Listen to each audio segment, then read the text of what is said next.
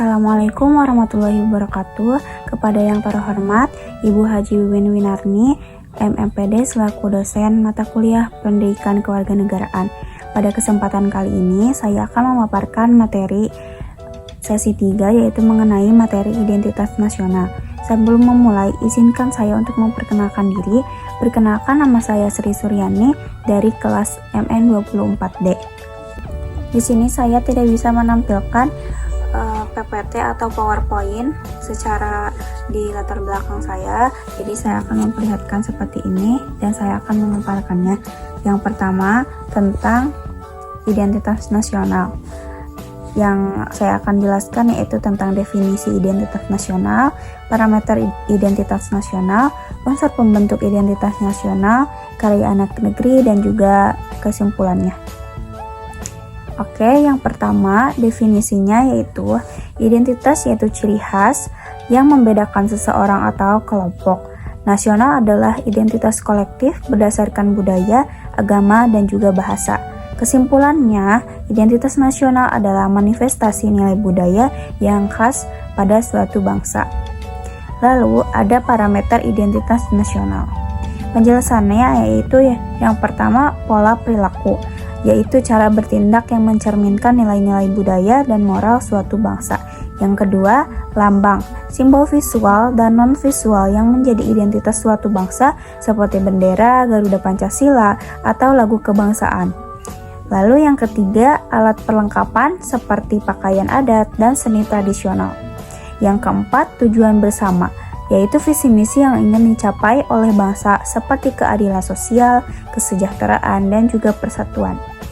Oke, lalu ada unsur pembentuk identitas nasional. Ada beberapa, yang pertama sejarah, kebudayaan, dan juga suku bangsa dan agama. Yang pertama saya akan menjelaskan tentang sejarah. Sejarah mencerminkan perjalanan bangsa dan menjadi dasar identitas nasional, seperti kejayaan di masa kerajaan Sriwijaya. Lalu tantangannya runtuh karena hilangnya kebersamaan dan penjajahan. Yang kedua, tentang kebudayaan. Kebudayaan merupakan wujud identitas suatu bangsa yang mencerminkan nilai-nilai dan kepribadian. Dalam konteks Indonesia, ada akal budi, contohnya sikap menghormati orang tua atau menggunakan bahasa sopan dalam percakapan. Lalu, pengetahuan seperti seni tenun, seni ukir, atau pengetahuan tradisional dalam pengobatan herbal. Dan yang ketiga, yang terakhir, peradaban, termasuk tata pemerintahan, hukum adat, dan tradisi upacara. Kebudayaan menjadi aset penting yang membedakan bangsa Indonesia dengan bangsa lainnya. Lalu, yang saya akan jelaskan sekarang yaitu tentang suku bangsa. Indonesia memiliki lebih dari 1.300 suku bangsa yang tersebar di seluruh wilayah. Keberagaman ini mencerminkan keunikan budaya, bahasa, dan adat istiadat setiap daerah. Lalu, ada kekuatannya seperti keragaman ini adalah kekayaan budaya yang menjadi ciri khas Indonesia. Dan juga tantangannya diperlukan toleransi dan pengelolaan konflik agar keberagaman ini menjadi sumber persatuan, bukan perpecahan. Lalu, contohnya suku Batak dengan tradisi ulas, atau suku Dayak dengan seni ukir kayu. Dan untuk agama, keberagaman agama di Indonesia mencerminkan toleransi dan penghormatan terhadap keyakinan setiap individu. Contohnya, hari besar agama dirayakan bersama-sama. Lalu, bahasa. Meskipun ada 700 bahasa daerah, bahasa Indonesia berperan sebagai penghubung antara suku menciptakan identitas kolektif.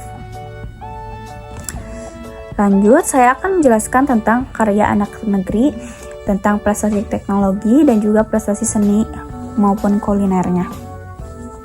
Yang pertama, tentang prestasi teknologi. Prestasi ini menunjukkan kemampuan dan daya saing Indonesia dalam bidang teknologi. Hal ini juga memperkuat identitas bangsa sebagai negara kreatif dan inovatif. Contohnya, pesawat CN235 adalah simbol keberhasilan Indonesia di industri penerbangan. Yang kedua, kulkas tanpa listrik menunjukkan inovasi sederhana namun berdampak besar bagi masyarakat. Yang ketiga, robot pengangkut barang menegaskan kemampuan generasi muda dalam memanfaatkan teknologi untuk kebutuhan praktis. Selanjutnya, tentang prestasi seni dan kuliner dari karya anak negeri. Yang pertama tentang kulinernya. Ada rendang yang dinobatkan oleh CNN sebagai makanan terlezat di dunia. Yang kedua ada nasi goreng, masuk ke daftar kuliner favorit di dunia. Lalu ada seni dan budayanya. Yang pertama, tenun tradisional yang diakui di dunia mode internasional. Bahkan digunakan oleh merek terkenal seperti Gucci. Dan juga untuk gamelan, alat musik tradisional Indonesia yang diminati oleh universitas terkemuka di dunia untuk pembelajaran seni.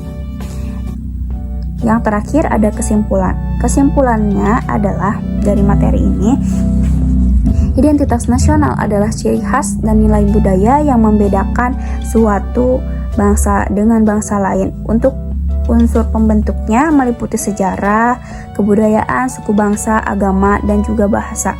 Sejarah mencerminkan perjalanan bangsa, kebudayaan menunjukkan kepribadian. Suku bangsa mencerminkan keberagaman, agama mengajarkan toleransi, dan bahasa mempersatukan bangsa.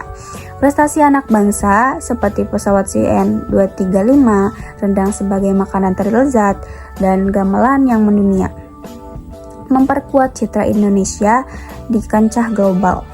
Identitas nasional adalah aset berharga yang harus dijaga bersama untuk memperkuat persatuan bangsa di tengah tantangan globalisasi dan keberagaman.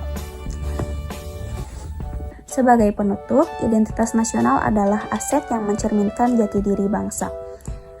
Dan juga unsur-unsur seperti sejarah, budaya, bahasa, agama, dan prestasi anak bangsa harus kita lestarikan dan juga banggakan.